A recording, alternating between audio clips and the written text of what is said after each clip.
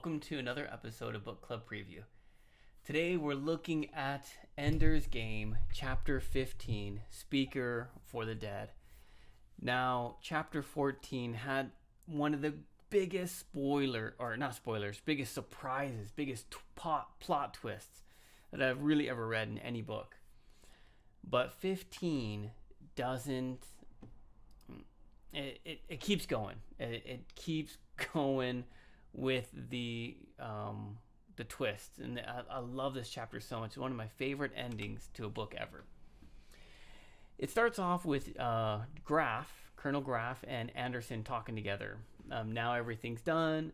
Graff went on trial to see if maybe he should be punished or if Ender was insane, and Anderson kind of watched the whole thing, and Graff has a ton of money, and they're like, what are you going to do now? now that there's no bugger war, what are you going to do? Anderson is going to be like a football coach, and Colonel Graff is going to be Minister of Colonization. Colonization, yeah. Which is sending out humans all across the galaxy to the bugger worlds to live on those worlds and to colonize them, to build families and cities and all those things. So Graff is going to manage that. So it starts off with Ender. Ender is away from home. He's stuck on that base, and he can't go back. No, everyone's too afraid of him, and they just think he's going to be used, and whichever person can use him the first, everyone else is going to just end up following that country or that leader. So they're kind of keeping Ender from going back to Earth and to America, and he just has to live on the station. He's been there for a year. Colonists are coming and getting ready for their journey, and whenever they see Ender, they're like, oh, Ender, I named my baby after you. This baby's name is Andrew. And Ender's like, okay, I'm going to get away from these people. And he just tries to work on some things. He's working one day, and then they call him in. Ender, you have a visitor. And so Ender doesn't know what it is. He just keeps finishing his work. He goes and sees the visitor, and it's Valentine. And Valentine says, hey, Ender, you're never going to go home. I made sure that you weren't able to go home. And Ender was like, what? Why would you do that? And he said, it's because of Peter. Peter's going to be the president of the world soon. And if you went home, you would have to live under Peter for the rest of your life. And I want you to be free. So I made sure that you could be free. So Ender, please come with me to the new planet, colonizing the new planet, and be the governor. Razor Mackham is going to be the spacecraft pilot, and I'm coming too. Ender's like, okay, I'm coming. But he says, I'm not coming for you. I'm coming because I'm the only person that understood the buggers, and I want to see if I can understand them more by visiting their planets.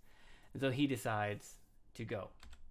So they blast off to their new home.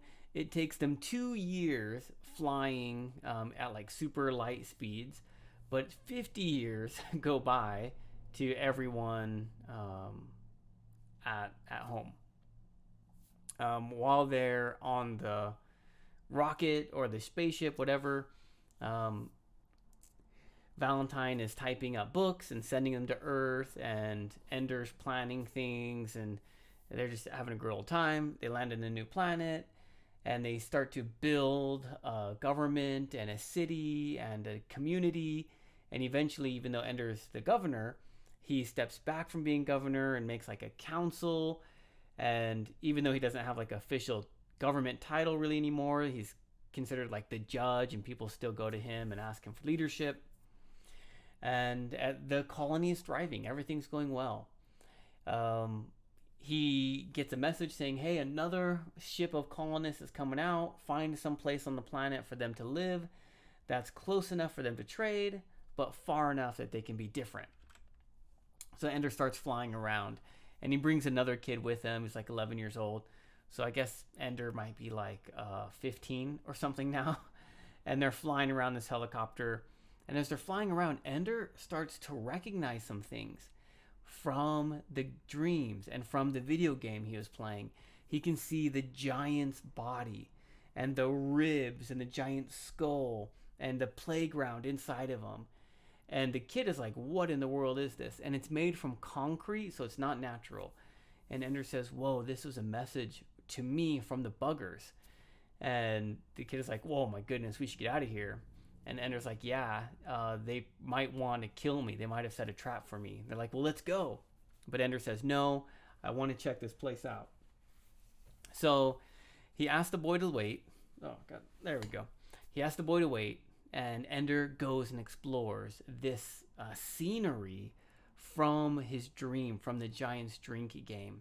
And so he goes in and he sees the tower and he sees the carpet with the snake and he sees the mirror and a reflection.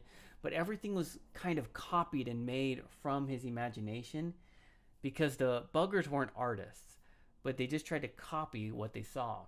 And Ender takes off this mirror and there he sees a baby queen. He sees one of the queens from the buggers. And it communicates to his mind in like pictures and feelings, and she starts to share the story of the queens, of how they knew that humanity wouldn't forgive them for their murders. And then they said, man, we just didn't know. We didn't know that humans were each individual intelligent beings. Like we thought we were the only ones. So when they were attacking the humans, they thought they were just like ants, just like the male buggers. Even though the male buggers had like intelligence maybe, or could do things, maybe they didn't really have a soul. Okay, they didn't have like sentience in a way. So the queen would just send out those guys and they would die and they wouldn't feel anything about it. But when a queen dies, whoa, that was like someone really died. And they didn't realize that until Mazer Rackham. And then they said, oh my goodness, we have been killing like real people. And so they knew that the humans couldn't forgive them. They knew that Ender didn't want to fight them, but they tried their best. And they gave this secret message for Ender saying, here's one of our babies. Here's one of the queens. Take care of her. And so now Ender has this mission to learn about the buggers, write what they call a speaker for the dead, which is this chapter, write something that makes the buggers or makes the humans forgive the buggers like Ender has. And for that, how the buggers have forgiven Ender. And so Ender writes this book or small book called Speaker for the Dead. And he writes it from the queen's perspective on how she was a queen and then she realized, man, we should work together. And then she kind of had to kill all the other queens on the planet. And she partnered with other queens and they were all like sisters and they grew. And it's kind of, and then they say sorry in it. Sorry, we killed you. We didn't know. And Ender's writing all of this down from their perspective, and he sends it back, and it becomes a religion on Earth, but it becomes like the main religion amongst the colonists about all over the universe. And then let's see. Oh, there was one more piece in there where Peter is about ready to die. Okay, he's been the president or the king or the hegemon, I think is what they call them on Earth. And he says, hey, Ender, I know that you wrote Speaker for the Dead. I know it was you. I can tell. If you can write this for buggers, write one for me. And so Peter and Ender start conversing, and Ender writes a book for when Peter dies about looking at his life through his eyes, which is pretty cool. And then Ender kind of says, I'm going to travel around. He says, hey, Valentine, let's get off this planet. Let's go to some new ones. Let's live forever. And let's go. And in his mind, he's thinking, let's go find a place for this queen to hatch and to grow and have other buggers and to expand again, but with safety and communication this time. And that is the end of Ender's Game. Oh man, just such wow. Like, could you imagine that there was still a baby egg, and the whole time Ender was having those crazy nightmares was the buggers like trying to communicate with him and to see through him and things like that, which, man, so cool. All right, here's some vocabulary. A negligent, meaning you didn't do the responsibilities that you should have done. A prosecution, the people in a court that make you look guilty. You did it. We're going to prove you did it. This is the prosecution. Defense says, no, we didn't. We're innocent. Provocateur, someone who starts the fight, who starts the battle, who provokes, who causes the trouble. Exigencies, these are like extra things, small details.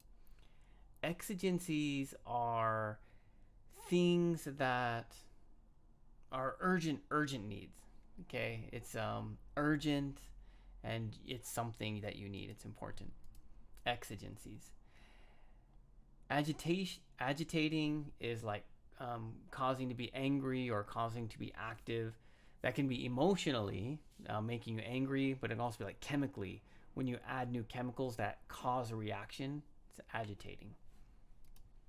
Reluctantly, you don't want to do it. Maybe you do it, but you're like, I don't know. Should I?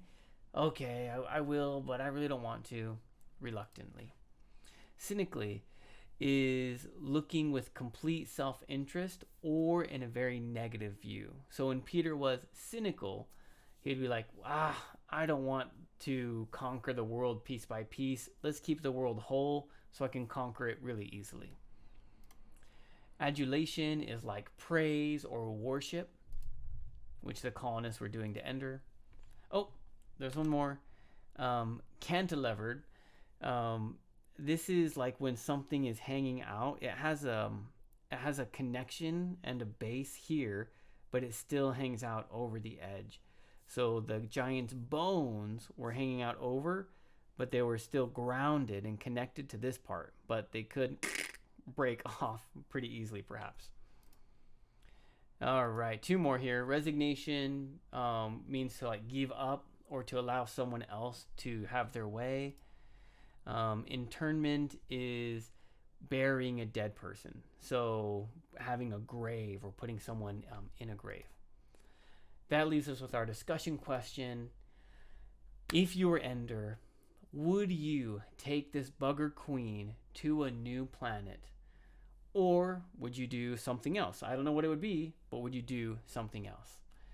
And of course, please make your own discussion question. Thank you so much for joining me for this episode of Book Club Preview and reading one of my favorite books, Ender's Game. I'll see you soon. Bye-bye.